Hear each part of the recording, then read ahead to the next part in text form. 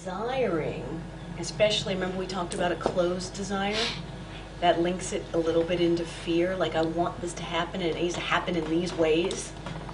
That ties it into the lowest energy of the kidney, you know, where here, if we could change this language a little bit to, you know, however it turns out, I want, you know, when the patients want a baby,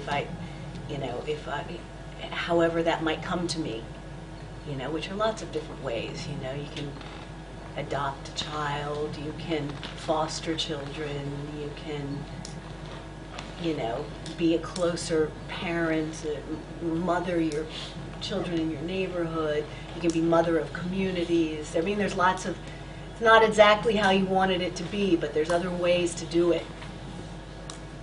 And so we have to keep these sort of, that's one way to do it. So we already talked about that. So not having desire be closed, but trying to open up that desire a little bit. Another way to do it is it's using a technique called equanimity. Have you heard of that word before? It's called equanimity.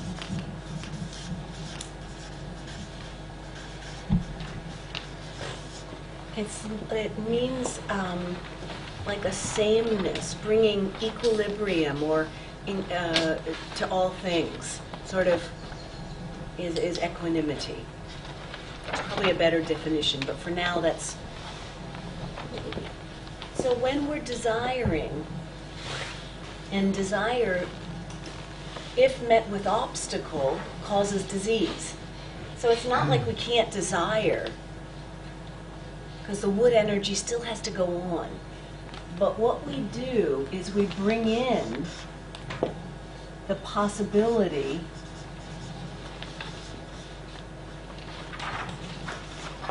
that it won't happen.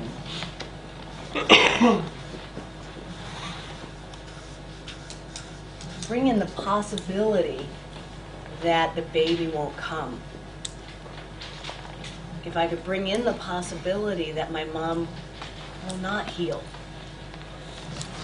So the more I stay rigidly attached to mom heals, I can pray for her and hope for that, but again, it has to be in an open stance. But if we begin to cultivate, bring together, and this is really a paradox. This is called equanimity, bringing both together. I want this to happen, but I have to bring in that it might not. That brings the liver way back into balance. And the main internal organ that can actually hold all paradox is the heart, actually. So much of this is actually also going on in the heart. Like that. After all, the heart is the place that can hold contrast. It is, by its very nature, what holds the most deepest grief someone could experience, yet at the same time understand the rightness of it. That kind of thing. That is the movement of the heart.